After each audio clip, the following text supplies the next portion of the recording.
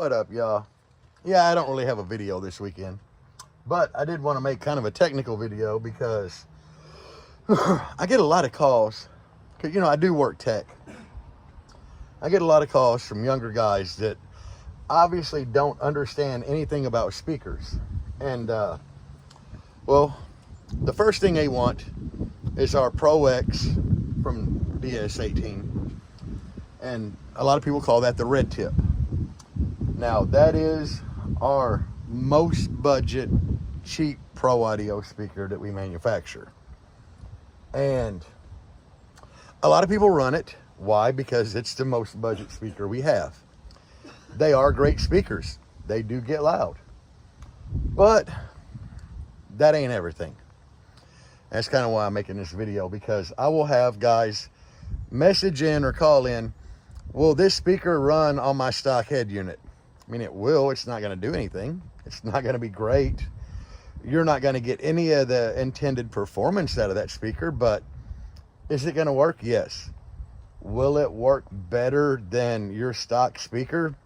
A little bit, but not a whole lot. And that's what we're here to talk about today. Now, one of the most common mistakes that I see new people make is they automatically want to go to the RMS or the power rating.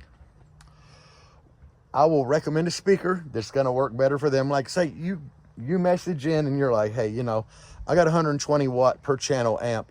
What do you recommend? I'll recommend them a speaker that's going to perform the best on that amp, be the loudest, the best sounding.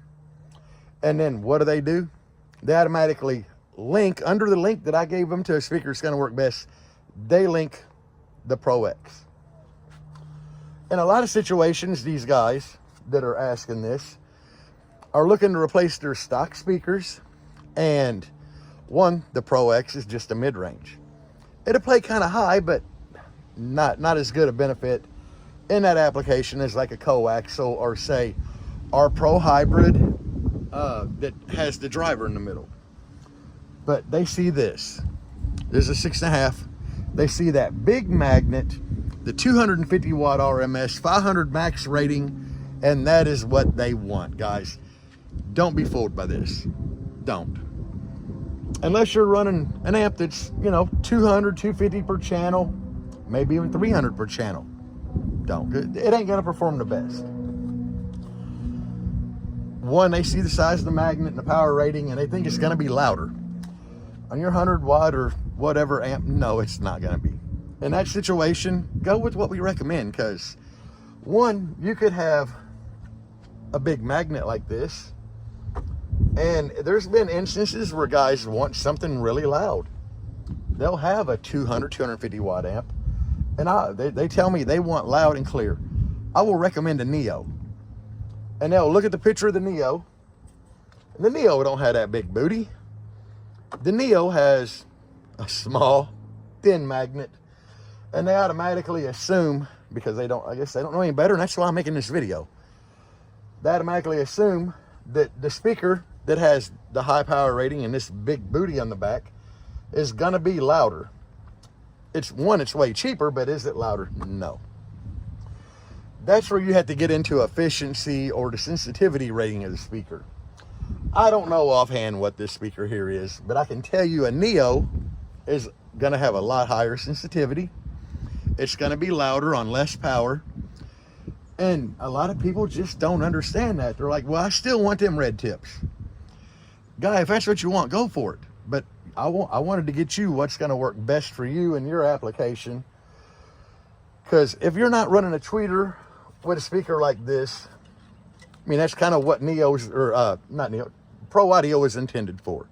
You would have a mid, and you would have a tweeter beside it or somewhere close to it to get louder and better sound than the old school coaxials that we all were stuck with like in the 90s, The Pro Audio speakers do perform a lot better because you have a high wattage, high power speaker that's designated for a mid-range, and you have a tweeter that goes with it. And they're way better than what our component sets were back in the day that came with that crossover that said 2 woofer and 2 tweeter. Because one, they do have a bigger motor, or magnet as you call it, some of you. a bigger coil, and they're made for higher power. But a speaker like this definitely benefits more by being paired with a tweeter. A good tweeter, like a TWN4 or something like that we have. But I just wanted to make a quick video to tell you that this power rating on the back of here and this big magnet, it doesn't mean a whole lot in the audio world.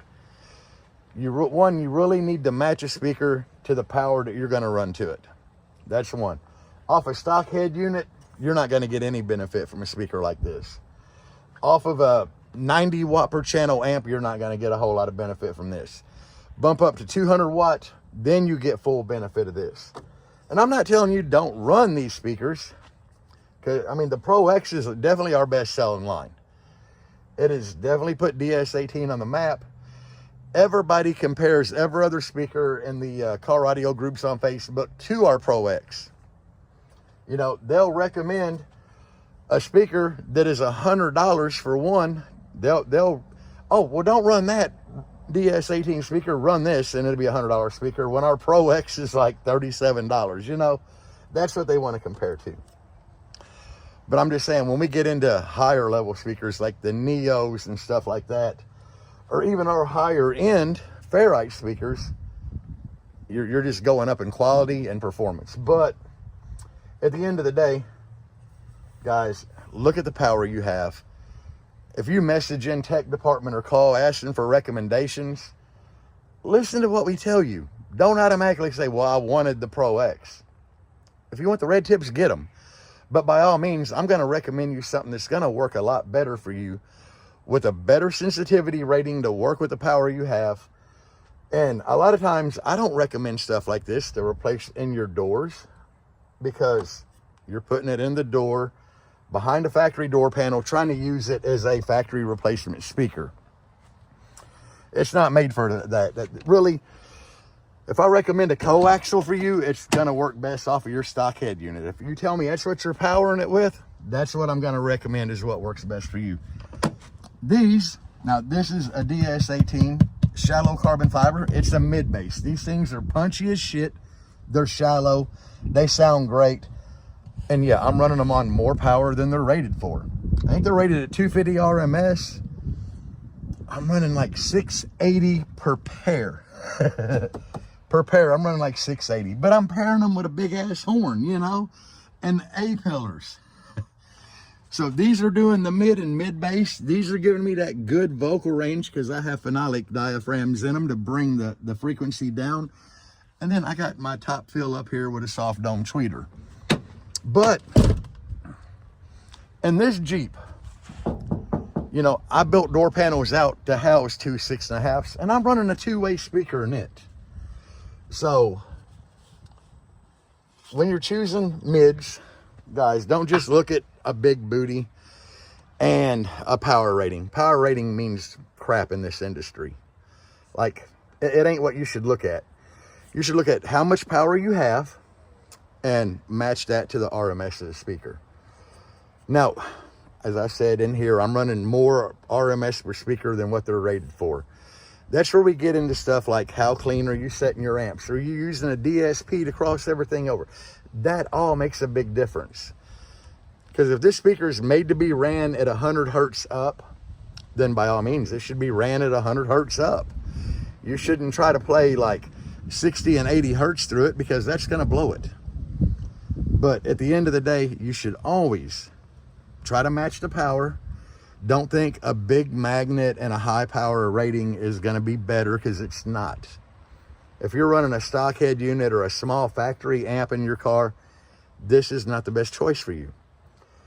I try to steer everybody to our 6.5 and 8-inch hybrid speakers.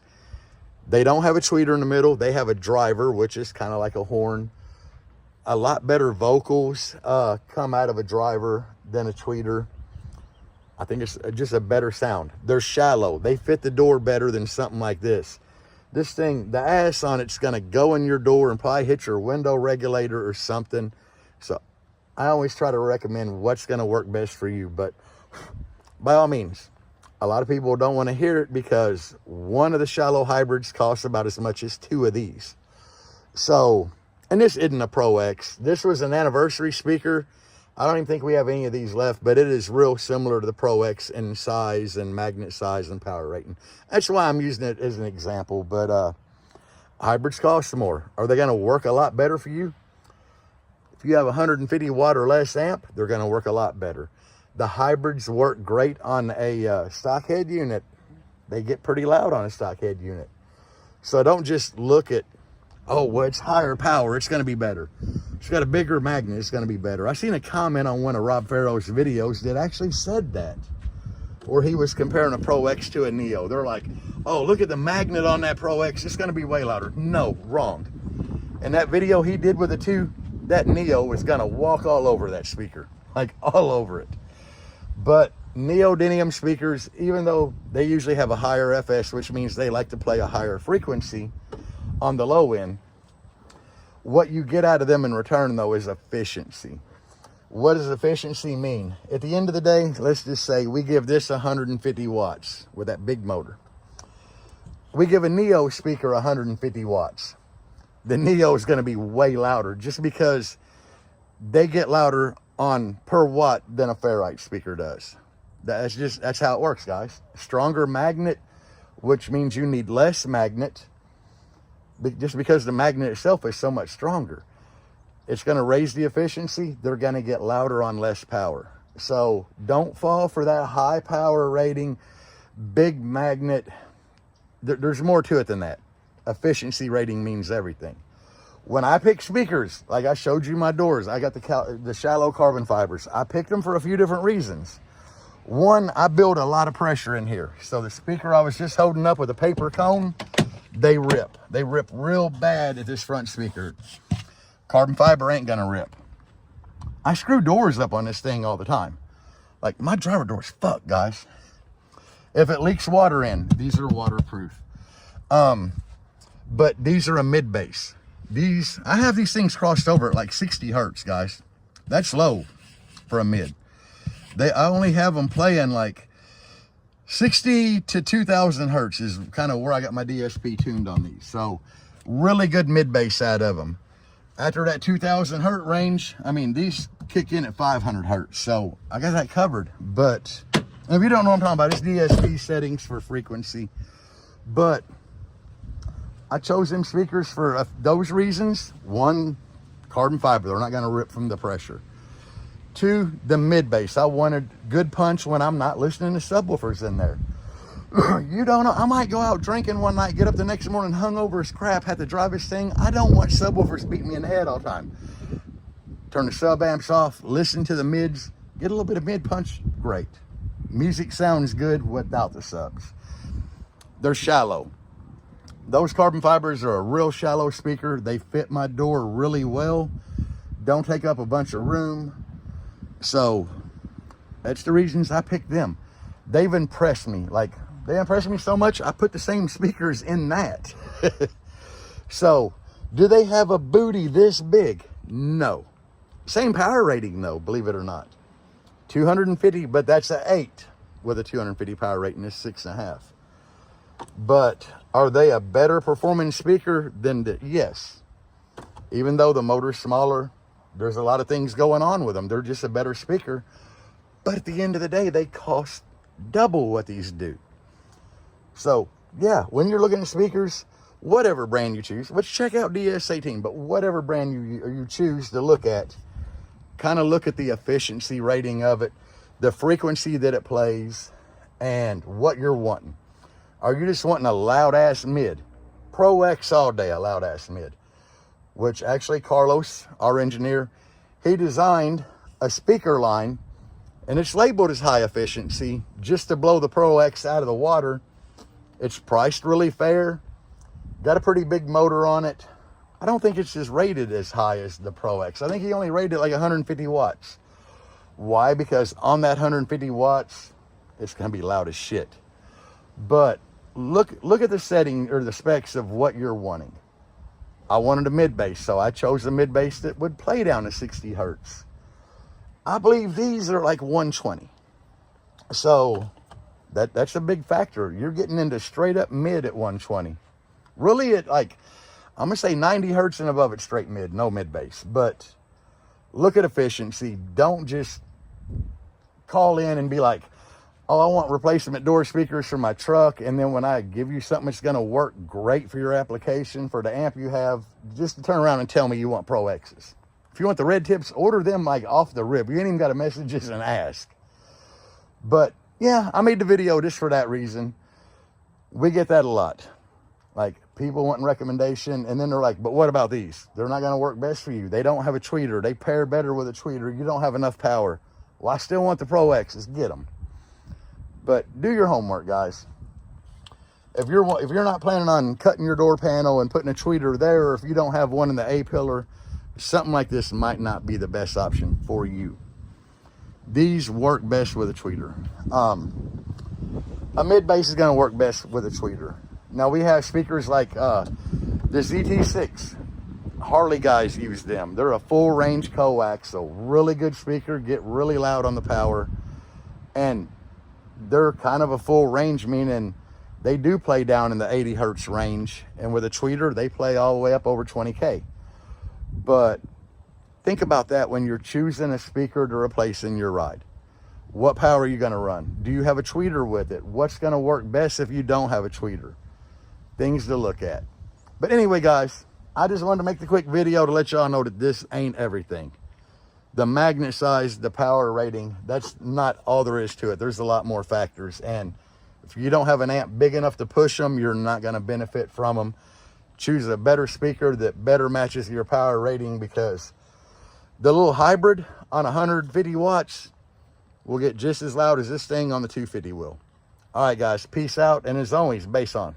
I don't ever slow up, no I don't take shit. I got no love for the fakeness. If you wanna play tough and wanna hate this, I'll always show up. I don't ever slow up, no I don't take